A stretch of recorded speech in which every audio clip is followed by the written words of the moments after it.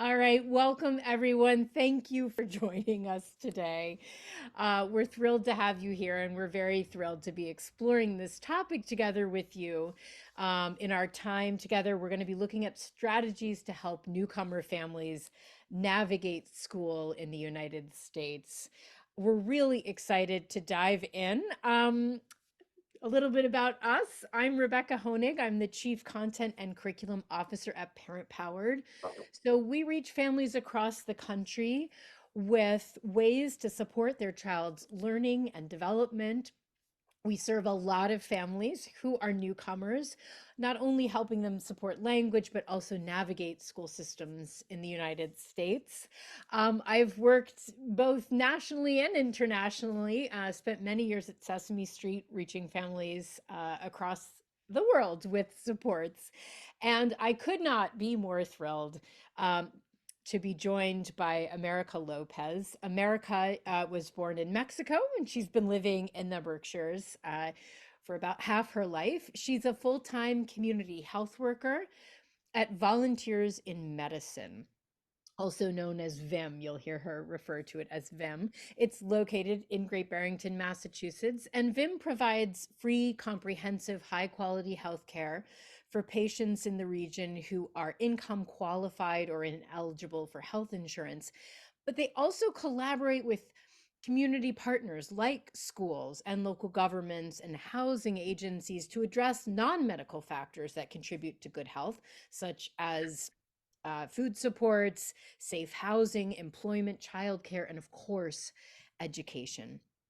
America is an active member of Latinas 413, which is a not-for-profit organization that aims to empower Latina women and leads hikes and camping trips for Latin people.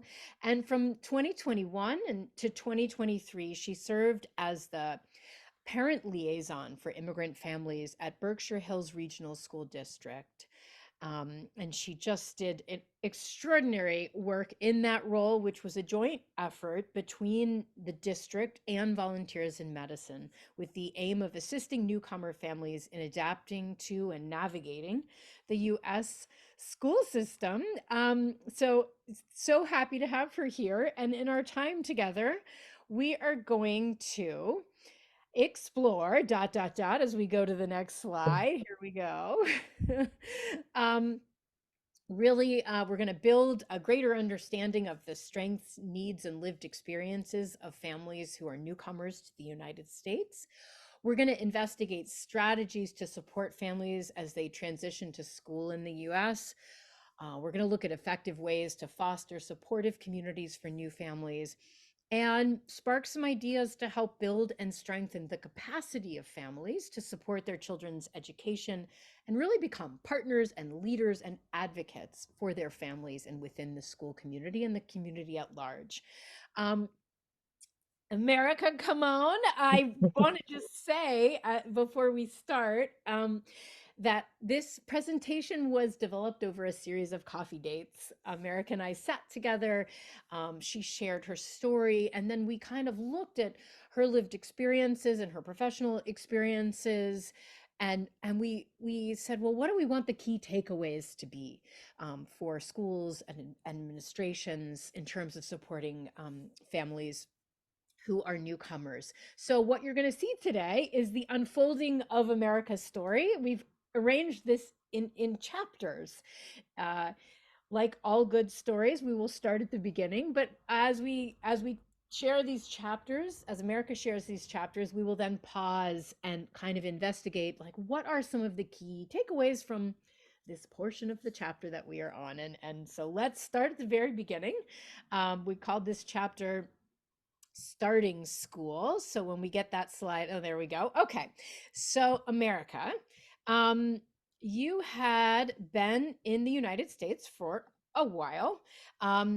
And you had your daughter, and if first she was not in school, and then she became the age that it was time to perhaps start school, and this sparked a fair amount of anxiety. And I'm wondering if you can talk a little bit about that experience and what it led to. Yes. Hi, everyone, and thanks for joining this webinar and looking at this recording too. Yes, I am a Mexican immigrant. I came here when I was 22 years old, and I did all what immigrants, or pretty much what immigrants do. They come here, they get a little bit stable, they get families, and I did that. I had my daughter when I was about 30 years old. And then before that, I never had to navigate any system, especially not the educational system.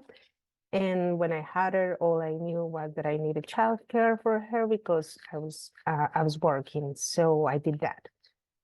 Uh, and then when the time came, it was time for her to go to kindergarten or early kindergarten, but I didn't know that until some of the other mothers who had their children in the same place started asking me about where I was going to enroll my daughter.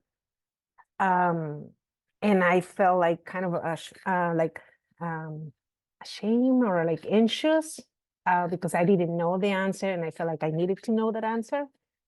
And so what I did was like kind of like remembering and like, okay, who do I know who speaks my language and has a child around the same age?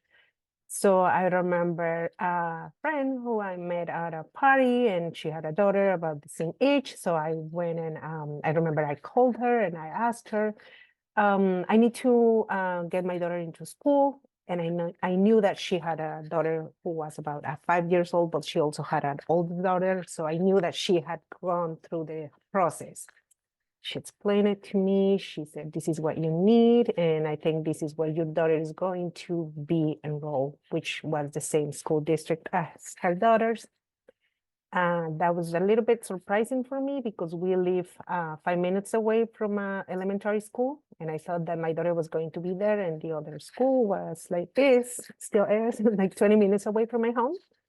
I didn't know that school districts existed. I remember that I spoke enough English that I called the school and I asked what I needed to enroll my daughter and how I could start the process. So yes, they confirmed that I needed the same documents as as my friend mentioned.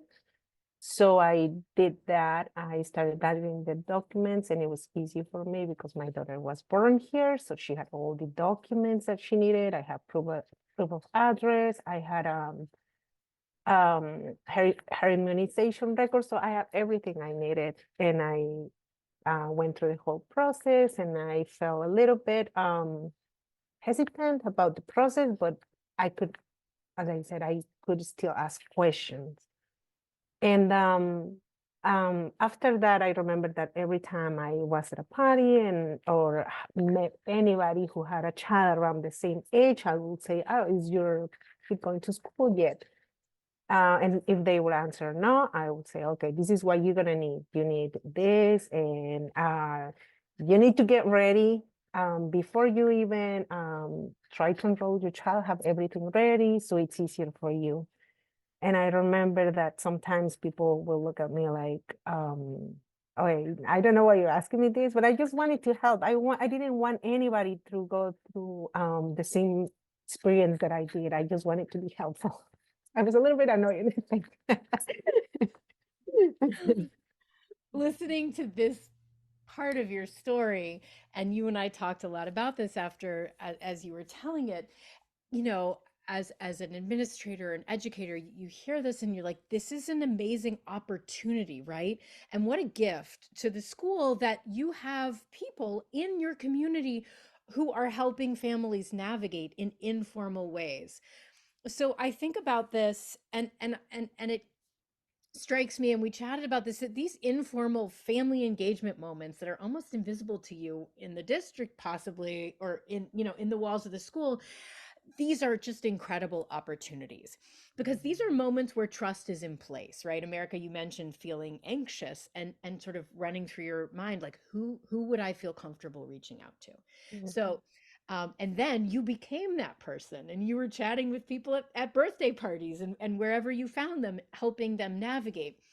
So what you and I chatted about, and what we were saying is like, so what could we make for those people who are out there orienting families around school in informal settings? Like, could we give them more support, more materials?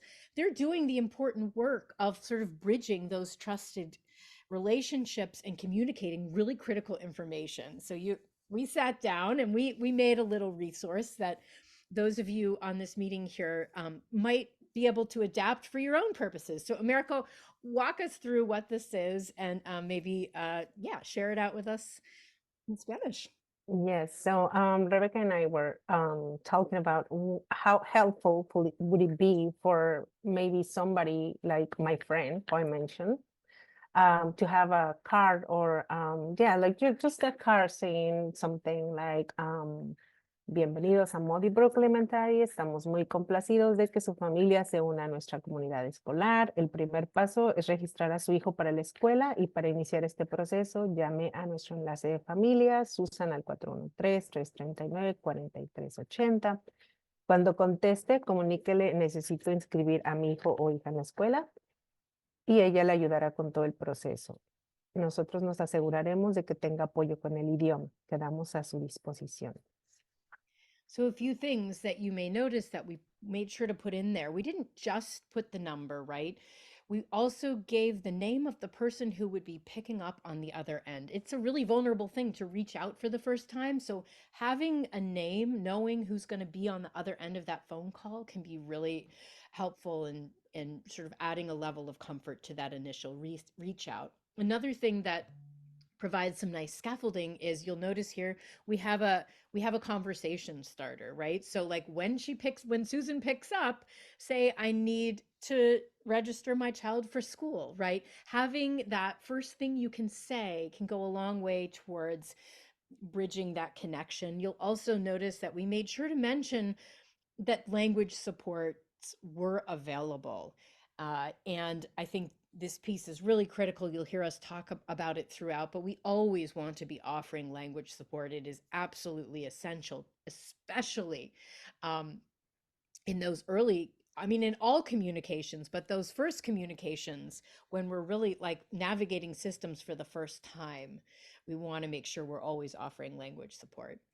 Another takeaway that we talked about, so you have these informal evangelists, these trusted sources who are out in your community talking about your school. But we also can look at like, what can we do to become a trusted source, a more familiar presence in our communities as schools? And so, America, one of the things you were mentioning is just putting yourself out there where people are already going, where they're already comfortable going. Can you talk a little bit about those types of events and experiences? Yes, I think that in all the communities where newcomers are, they have a place where they go, where they feel comfortable. So I think that if schools come to those places and they try to, it's just showing a face, showing a familiar face, attending events, festivals, or whatever it's happening around your area, and also kind of paying attention to who is helping the families, who has built the relationship with them. That person can partner up with the schools just to make their job a little bit easier. And another thing, it's offer space for gatherings at schools, whether if it's an open house or it's just a coffee with a teacher or just meeting the teachers, whatever it is, but just offer a space for the families to come and be inside of the building, to get familiar with the schools as a physical place too. Another thing to just sort of keep in mind is, you as the school don't even have to be the host of the event. You might offer up your gymnasium for your local immigrant center. You might offer up your sports field for a community pickup game of soccer. Um, Even those experiences helped families to get comfortable with, the structure of your school, how it works, how things are laid out, how to get in and out, like where to find things. It just builds overall comfort.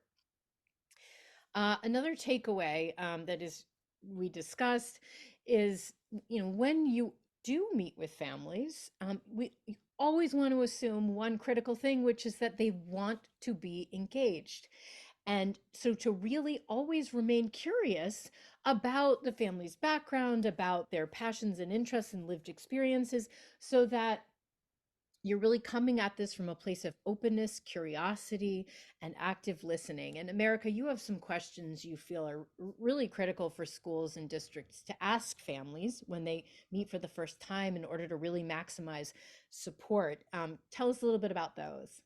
Yes, I think that asking these questions will demonstrate to the family that you're coming up with curiosity and that you, as a school, want to learn more about them. And yes, we always advocate for language access and language support, but also is learning about their background, being a little bit more curious and going a little bit beyond what you see in paperwork. It's trying to find out what is the family background. Do they have more family here?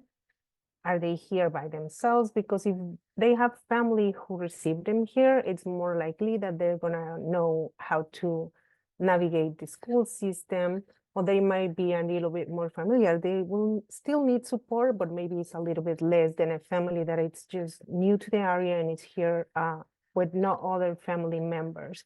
That family needs another layer of support.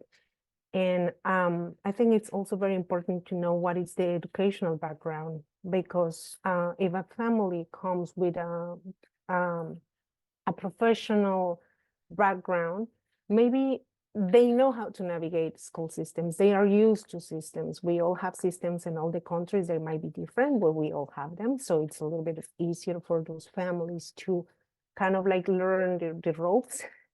And then for the other families who might not have the same literacy level, it might be a little bit more complex, so they will need extra support. So just be curious about that and try to accommodate. I know it's how difficult it is because we have tried to do it many times at the clinic and even when I was working as a family liaison, but I try to be like really curious and see what the family needs. And I know that many of the school staff, and I know that many of you who might be watching this are doing already that. So thank you for doing that. And so also, how does the family perceive and value education? That's very important because it's for some families, education is a value, but for some other families, and I'm thinking especially for like maybe families who come from rural areas, education is more like a privilege, right? And so the priority is work. So just be curious about that and find out how does the family perceive education and what kind of supports can we offer. Also, all the families assume that all the families have hopes and dreams for the child, because yes, all the families have hopes and dreams for the child.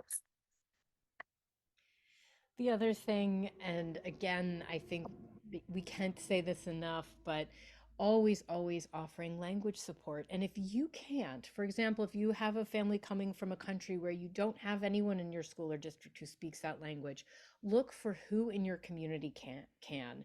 Is there a receiving agency or a receiving family who might be able to partner with you to offer interpretation and translation services? All right. So moving on to the next chapter of your journey or your story, it's titled Advocacy, and you will all soon find out why.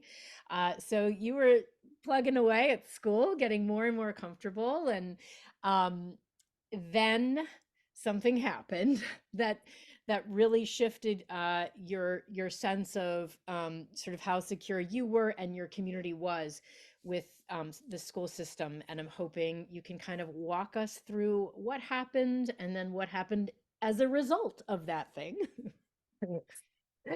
So my daughter was in third grade when the pandemic hit, right? It was so unexpected for everyone. We didn't know how long it was gonna last, and we just knew that we had to stay home. And I remember that all of a sudden now we have to learn another system, which was online learning. And at that time, I remember I was taking some classes online, so I was kind of familiar with online learning. And I thought, oh, okay, good. I got this. I can help my daughter. And then I realized that it wasn't easy. My English was so much better. My computer skills were fine, also I thought. And then I realized that it wasn't easy. So I remember that again, I went back to some of the families I knew from another school district. And I remember one of my friends, actually, one of my closest friends, and I was curious about how she was doing and how her children were doing during this time. And I remember I called her and I asked her, how are your children doing? Are they attending school? How is the online learning going? And she said, we are not doing it because we don't know how to do it. We have no idea what's going on, and we're just gonna wait until school starts again. And I said, but no, this is a school. Your children should be attending school. This is a school, and if they don't go to school, as I said, I am a little bit annoying with the school because education is important for me. So I was like, no, your children should be in school. So what's happening? Tell me what's happening. Do you need help? How are you doing? And then she said that they didn't have the information that they needed to access either the platform or anything in Spanish. And I was thinking, okay, if this is only one of the families I know in Pittsfield, how many other families are going through the same thing? Not only in her school district, but also in mine. And at this time, like a lot of things were happening, right? Like families were trying to get or join groups for information and support. And I remember I was part of a WhatsApp group where we will share information about resources and food and updates about what was happening and whatever information was useful for the newcomers. And I remember that I intentionally asked about school. And many of the families in the group, about at least 10 of the families in the group, shared the same thing, that their children were not attending school, that they didn't know how to access that. Yes, they knew that there was a presentation to learn about the online platform, the online learning, but that they didn't have it in Spanish. So it was not of use for them. So I remember feeling angry because I was thinking that the children were missing school and that the parents were going to be considered responsible for that. So I was like, but they're not the only people who should be offering support to their children. The school should be also offering that support. And the first thing, again, is language access. So I was part of an organizing group, and I remember that I started just creating more conversations about it. And we invited one of the school leaders just to hear from the families. And I remember that I would offer interpretation, and I was afraid, but I was not as afraid. I was not afraid because coming from maybe a place, and this is not for everyone, but coming from a place where maybe when you speak up, you receive a little bit of pushback. I was afraid that if I did that in my daughter's school district, I was gonna be, just not received as those comments were not gonna be received as well. And then in the other school district, I was like, okay, this is not my school district. So it doesn't matter to me because I'm gonna say it and there's no consequences for me. And it's the truth, it's happening and we need to speak up. So I remember that we had our biggest win for that organizing group and the parents, because for me, that was a parent win, was that the school started mobilizing and hire some people to translate the or add closed caption in Spanish to the presentation, which I think, I mean, that was not something that families would need to advocate for, but that it took for families to come together and share their experience and then speak up in the district. Luckily, the district listened, right? And they did what they felt that needed to do. So it was Some things that you were organically doing that I think are so important. And if you go back one slide, we can kind of have a look at.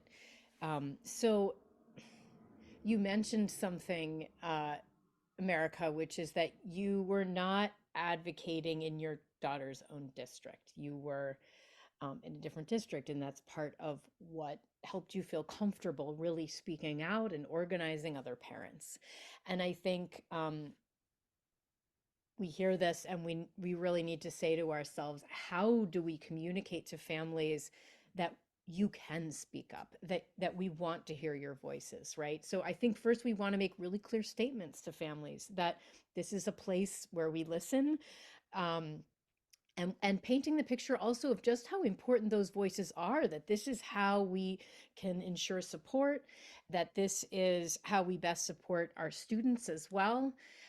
But also, we need to then provide spaces for those voices to be shared, whether it's meetup groups online, frequent and ongoing surveys of families, affinity groups, gatherings.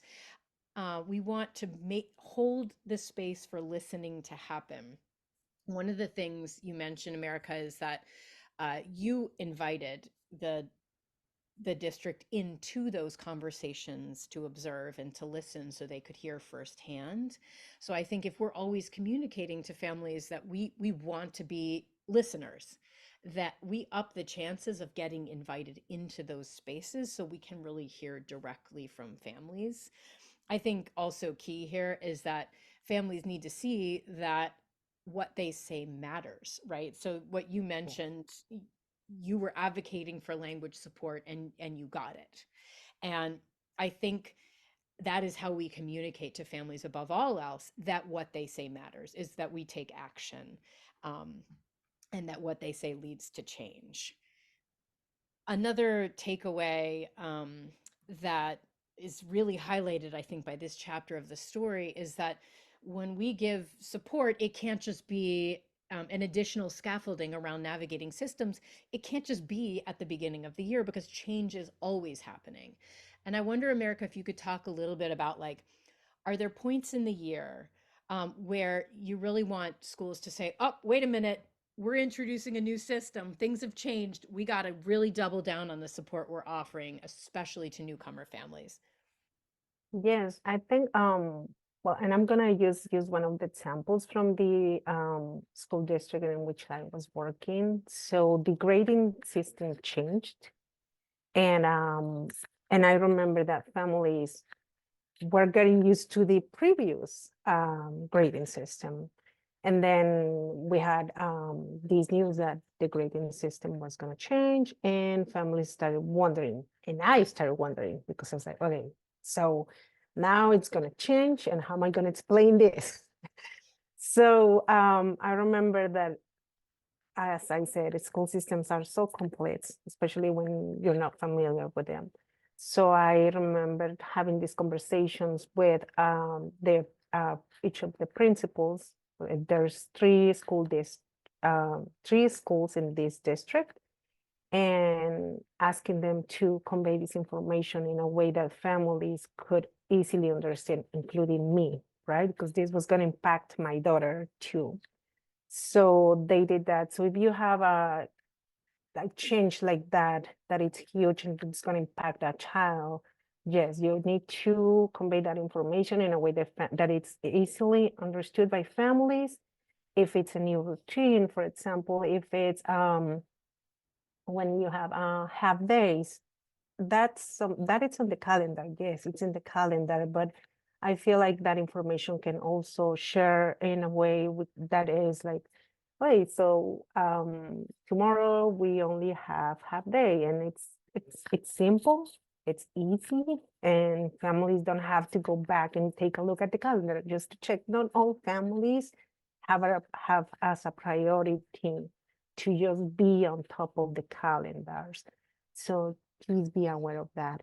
And then if it's a new transition, if it's from, if children are going from the elementary to the middle school, that's a huge change. That's a huge change. So please be mindful of that as well. And just ask what can you as school do to support all the families. But again, if you have community partners, just reach out to them with the information. I'm sure that they will be happy to help you share that information.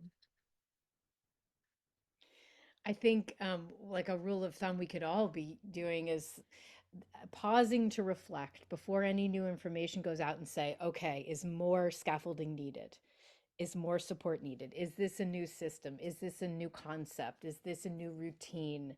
Is this a new piece of technology?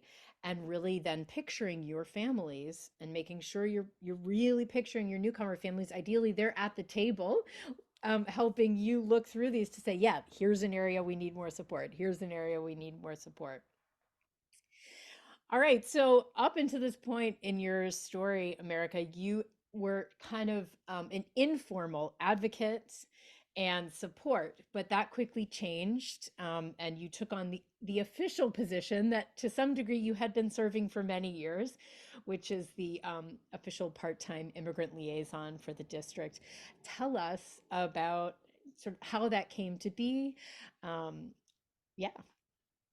Yes. So again, with the pandemic, many things came, many positive things came. I started volunteering at the clinic at BIM, and I got a job as a part-time community health worker, and that's how I got to work with many of the families and helping them with school registration, getting an appointment. Well, first of all, getting insurance for the children, getting them a pediatrician.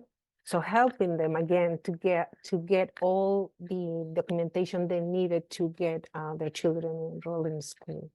So I was again relearning the system with the families because I knew from my daughter, but I was learning new things. Actually, I was more observant now that I needed to help other families about my own daughter. And actually, I think that being the family liaison has been one of the greatest experiences because of that too.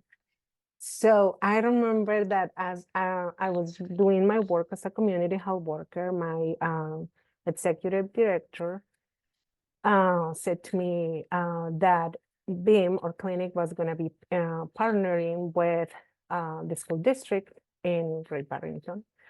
And she said that there was gonna be a position for a family liaison, which was basically doing what we were doing. And I mean, me and my coworkers were doing for the families, but it was gonna be up for an application. And I remember that she said, and I think that that job, you will be great at that job. And I was so hesitant because I thought I don't have a background in education. I don't know anything about it, and that's working with the school. I don't. I felt that was so big, and I felt so overwhelmed by the idea of doing it. And then she said, "But it's doing what you've been doing," and I remember that I was like, "Okay, I don't know how to do it, and I don't know if I'm gonna be good, but I want to be good and I want to do it." So I remember that I said, okay, yes, let's try and let's see. And if it doesn't work, I can I have support? Can somebody help me? Who's gonna be helping me through this journey? And she said, no, don't worry about it. You're not gonna be alone. We got you. You're gonna be doing what you're doing and you're gonna be fine. And I remember I started the job with a lot of hesitation and respect for the people too. And I remember that as I started into the role, it started growing in me. And I entered the position actually with a lot of, with a mindset of us versus them, right? Like I wanted to uh, kind of be a disruptor, but just because I wanted to do it on behalf of the families that I was working with. And I remember that as I learned more and more about what was happening inside of the school and the people who were doing their best to support the newcomer families, my perspective just shifted, right? And now I wanted to work alongside them. And I remember, lucky me, that I had a mentor who started talking to me about family engagement and all these things that for me were new, but they all made sense to me. Like, yes, I want to work with the school.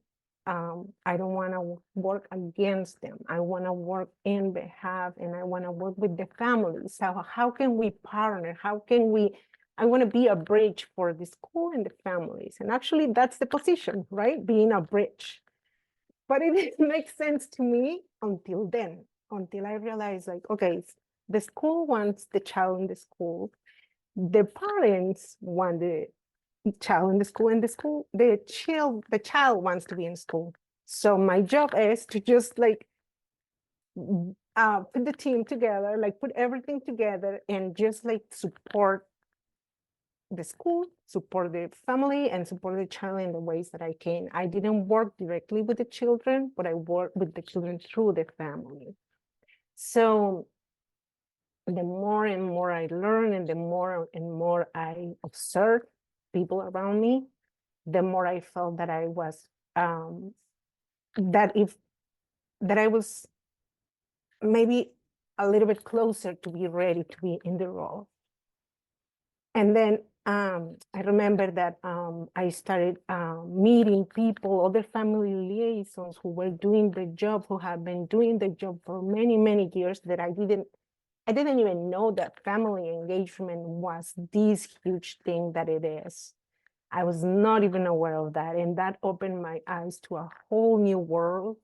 And I just wanted to learn more, and I just wanted to know more, and I wanted to know how I could support the families. And I started talking to other family liaisons and asking them, how do you do it? How do you support your families? And what do you do when you find this struggle, and how have you worked through this, and how do you ensure that you have language access? So all of these things, it was like coming into a new world, and I was so curious that I think that helped not only me in the position, but it also helped me to inform better the school district, because I was making those connections with other family liaisons who also like me were immigrants.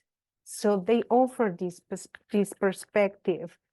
And I remember that even by shifting my perspective, the school leaders, the school staff, school teacher wanted to work more with me, because I wanted to be helpful. I wanted to be a resource.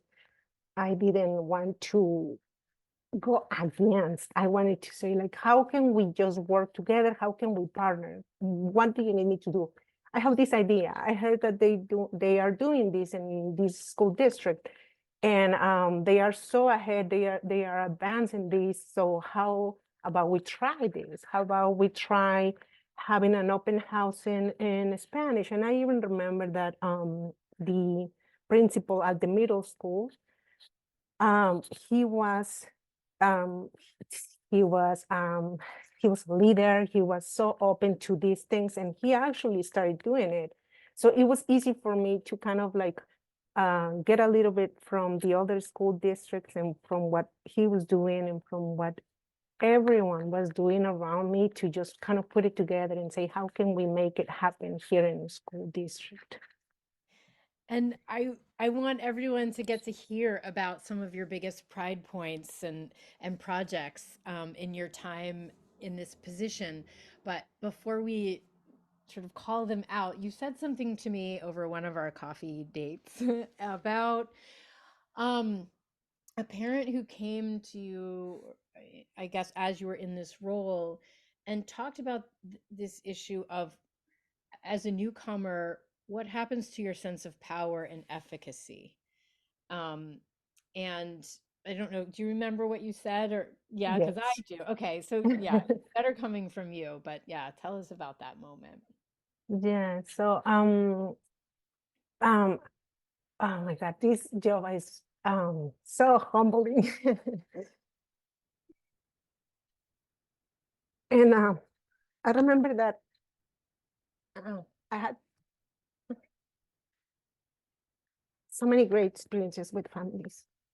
And one of them was this family who said to me, her daughter had been in the district for so many years.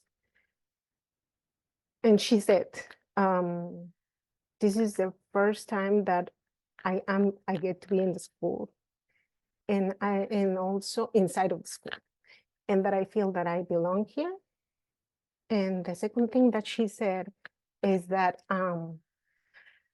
she felt that now that she had the information, she gained a little bit of her power, because all the power that she was here an adult, but she didn't have the ability to speak for herself or to speak up for herself. And it wasn't because she couldn't or she didn't have anything to say. It was only because she felt that there was nobody who would listen to her, and that she could not communicate her ideas. So for me, that was so powerful that she thought, oh, now I can say or share my concerns, and I know that somebody's gonna listen. And it's not that the school teachers or the school didn't want to listen. It's not. It wasn't even that. It was that there was not that bridge for the families and the school to communicate. There was a one way of communication, and it was from the school to the parent.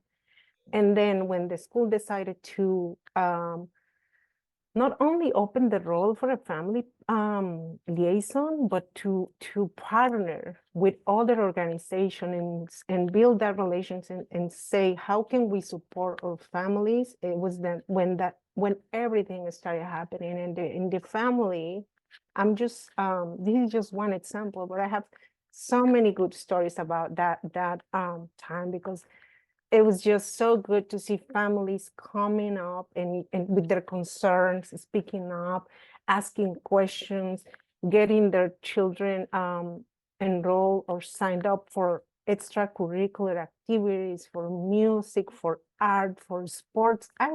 Yes, that the school district has changed a Yeah. lot. So Yes. so let's look at some of the things you did to facilitate that change. And I think the theme when you were talking about these projects that I was seeing is that, all of this work and the projects that you're most proud of have this theme of helping families reconnect with their power, reconnect with their voice and their sense of efficacy. Um, so the first thing that I'd love to sort of give folks a window into were the LCAP groups that you created. So tell us what that stands for and a little bit about how you ran those meetings, because you centered them on some essential questions that I think are so critical for all of us to hear. Yes. Many things were happening. Many great things were happening. There were some other things that we still, as a school district, and I'm saying we because I felt part of it, that we still need to work on. And I remember that I was thinking that at some point I was going to leave the position, but I would not like any of the work that the school and I and the clinic had created together. So I remember that I started thinking on that we needed a group of parents to continue some of the work, or for the parents to have a place to come together and share their concerns, their experiences, and also share support and information, right? Those groups are not for, well, from my perspective, are not for sharing grievances. It's for like to work ahead and share like, okay, what's working, what's not working, what things we see as a group that are changing, or some people might perceive that are changing, but what are some of the things that can work better for the families? Also, like, as I said, support and information. Who can reach out with questions? Some families might have gone through a certain challenge and they learn to navigate it, and they can share that with another family. Some families might have learned how to sign up their son for soccer, and it's a complex process. So now they know how to navigate the process. They can help other parents. So going back to the beginning of my story is like they will feel more comfortable because now they can ask someone in their own language, and they know that the person who they ask is not gonna be maybe someone from the school. It's gonna be a little bit less informal, but at least they're gonna have like, oh, I have at least the basic information on what to ask and how to sign up my son. So now I'm gonna reach out to the school and I'm gonna do it. Those I'm sorry. Oh no, I keep going. I was gonna say that I didn't say what the LPAC stands for, and you might have one at your school district, and you may know it by a different name, like maybe MPAC.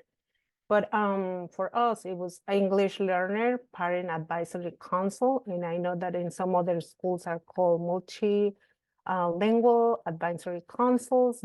They have different names, and these groups are for parents to offer support to each other and also to inform the school district again what's working, what's not working, what can be improved. And what is great about these groups is that it's parent-led and that it's parent voice. And what is more important than parent voice, right? And what I love about sort of centering it around these questions, well, it's a beautiful structure, but this third question, what are things you see that are changing? I think one of the things that's so simple and amazing about that question is it holds us all accountable to making changes, right? We're giving, if we're giving feedback to a school or district, we want to know that it matters.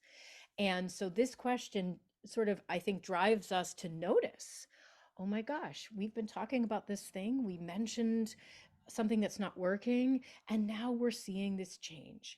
And when we think about how to sustain groups, this is the way, right? Because groups need to know that it matters that they're coming together, that they're sharing their time and their voices. And it's recognizing change, and of course implementing change, and then really taking the time to recognize and celebrate that differences, that we are evolving, that we are getting better at what we do. um, I just love that. All right, so another thing you implemented, teacher meetings with families. So tell us a little bit about this. Yes, so for me, this was a huge one. Because for many families, especially at the high school level, I don't know how it works in other school districts, but in the school district here in Berkshire Hill, it used to be that that parents didn't have a lot of opportunities to meet the teachers or talk to the teachers, except for the open house, or maybe when the teachers had this meeting for families to come and ask questions.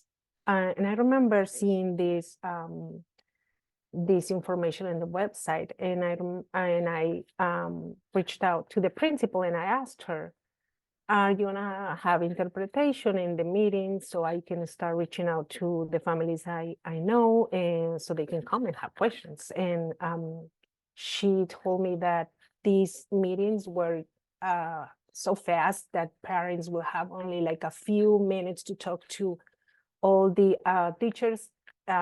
She suggested that we found another way to do this, because it was like fast-paced kind of like interactions.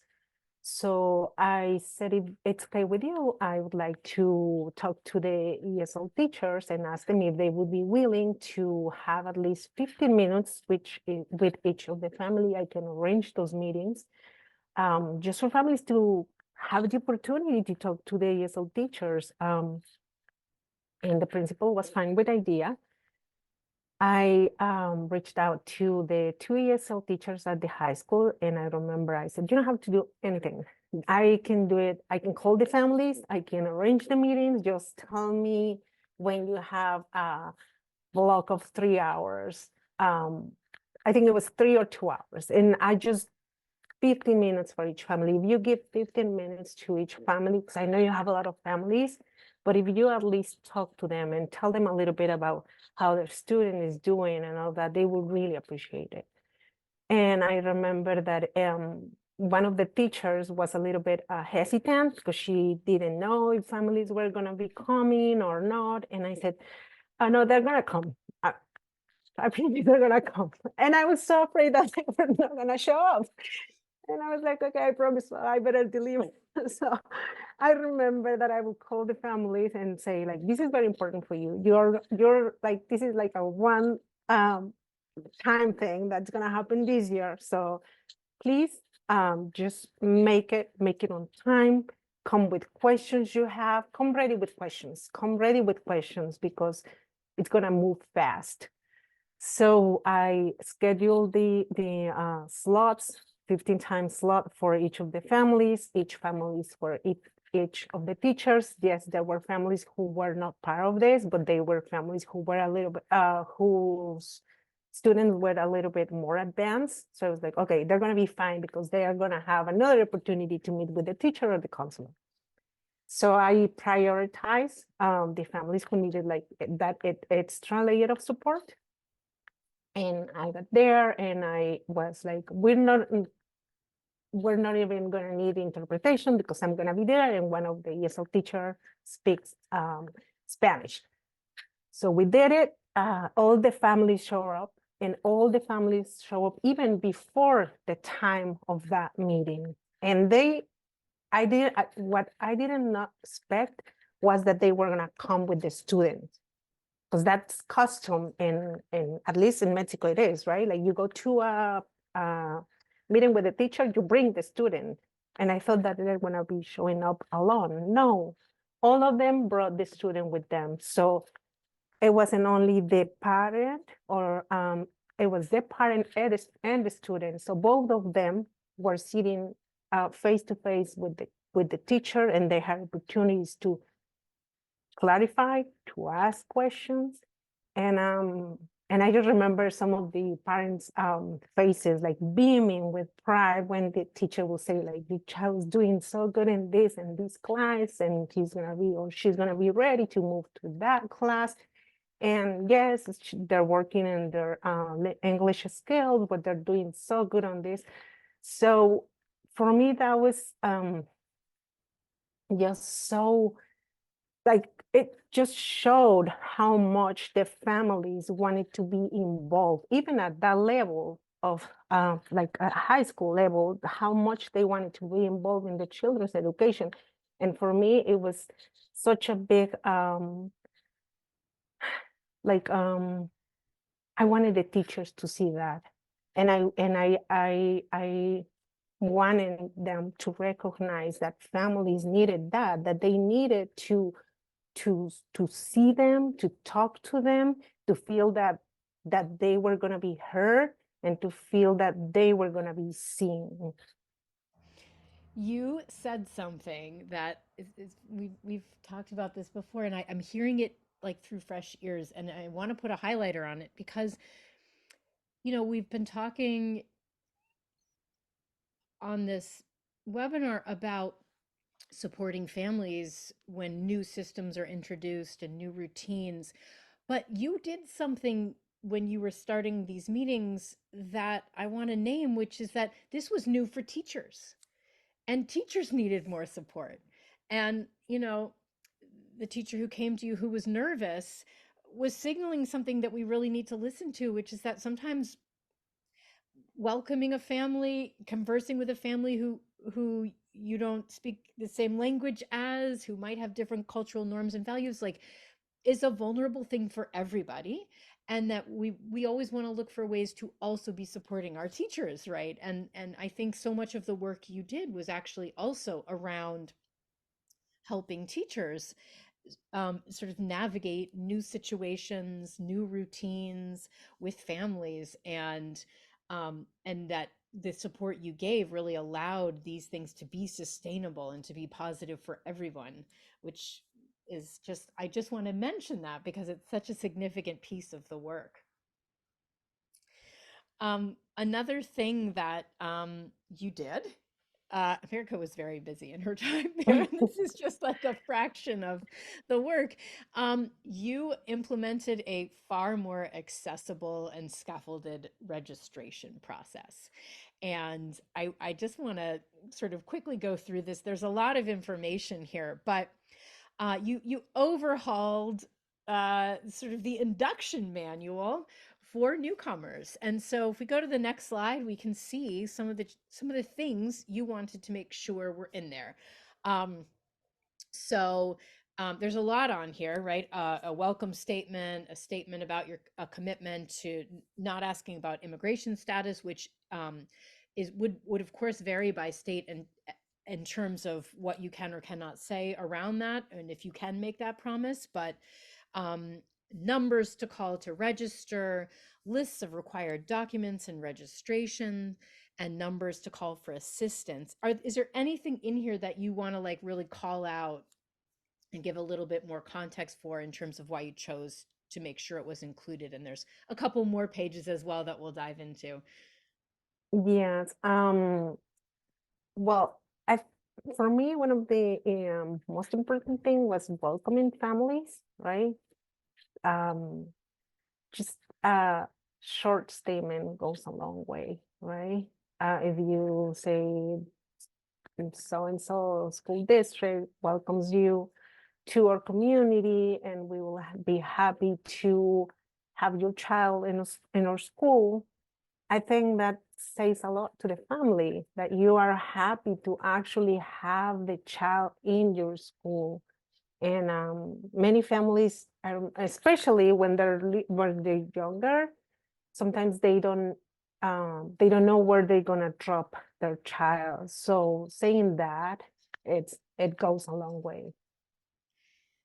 There was some other information you put in specifically to help families navigate what may be a new structure for school based on what they would have experienced in their home country. So, talk a little bit about these charts that you added to to the sort of induction manual. Yes. So I didn't mention before, but the idea of an induction manual is that it's not the student manual, right? This is a piece of this is a document that is specifically for families who are newcomers, because it specifies things that you might not need to share with families who have been here and know the system, right? Like the grading and how it goes along with the age. And I think this is very important because I have seen that many times there's this expectation of the families that their child was in second grade in their country, and that they assume that because the child was in second grade, they're going to be here in second grade. But then the age doesn't match the grade here. So it's a little bit disappointing for them to know, because they think that their child is going to go backwards or it's going to lose a year. And I think that's important for them. That's an expectation. Okay, that's a clear expectation for parents, right? Your child's this age, this is the grade that they're going to be enrolled in. And that gives the family an idea that, yes, this is going to happen. And the way I presented it to families was, don't think it as your child losing a year of school. Think it as another year of your child learning English. And what's a better way to learn English than your child in school with other children who speak English too? And yes, just things like that, maybe so, or um, that you don't think that are so important, just looking from another perspective, from a newcomer perspective, all of these things are so new, and the student manuals are so huge. They have so much information, and that I don't think that I don't know who reads the student manuals, but I hope some families do. But that's not necessarily the case many times, and especially when families come here and their priority is not to read a like 30-page document. Yeah. And if we go to the next slide, you can see some of the other topics that America really made sure to hone in on. Are there any that you just really want to call out in terms of why you put it on there and why it's so critical to orient specifically newcomer families around some of these ideas? So yes, so for me, one of the most important is that family know the legal implications of not attending school for the children in the United States, because there might be legal consequences for the family, and we don't want families to get in trouble for something that they may not know. We want to inform them about those policies so they know what is the expectation. Also be clear on how they're going to report absences to school, right? That will help them to prevent these legal implications. Also, the grading system. The grading system is very important. And conferences, school conferences, they have an opportunity to ask questions. And also, for me, again, it would be the translation and interpretation services, right? Because families need to know that if they want to do any of the other things that are in the manual, or that are in the school website, or that is information that they need to do something, and they want to do it, they know that they have the language support to start with.